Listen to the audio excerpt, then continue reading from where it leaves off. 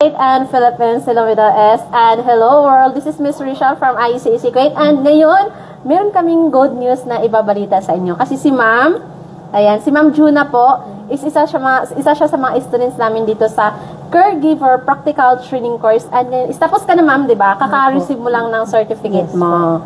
Ayan, so, and of course, yung good news natin, kasi na-hire ka na sa Dubai bilang isang nursing assistant. Kasi dito kasi sa Kuwait, yung mga caregivers or nursing assistant is sister. So, nasanay lang si ma'am na gano'n yung tawag. So, nursing assistant po yung work niya doon sa Dubai. And mapa-flight ka na ma'am, di ba?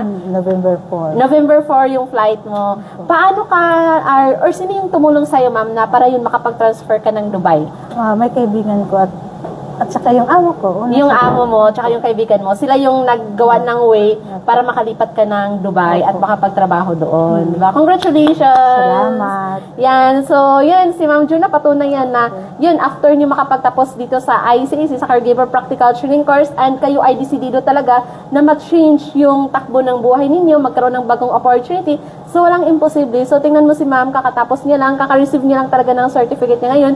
And ngayon is nag-aantay na yung work niya doon sa Dubai. So, congratulations! Thank you. We are happy for you po. Yan. So, yun, sa lahat ng mga kababayan natin na patuloy nagsubaybay dito sa ating live update. Ayan. So, hopefully, ma-inspire kayo kay Ma'am Juna. Ilang taon ka dito sa Kuwait, Ma'am? 6 years. 6 years. The same employer lang? Hindi. Paiba-iba naman siya. Okay yan. So, 6 years na siya dito sa Kuwait and goodbye Kuwait na siya ngayon kasi November 4 is flight niya na pa Dubai. So, hello Dubai na siya. Pwede ka mag-visit doon sa office natin sa Dubai.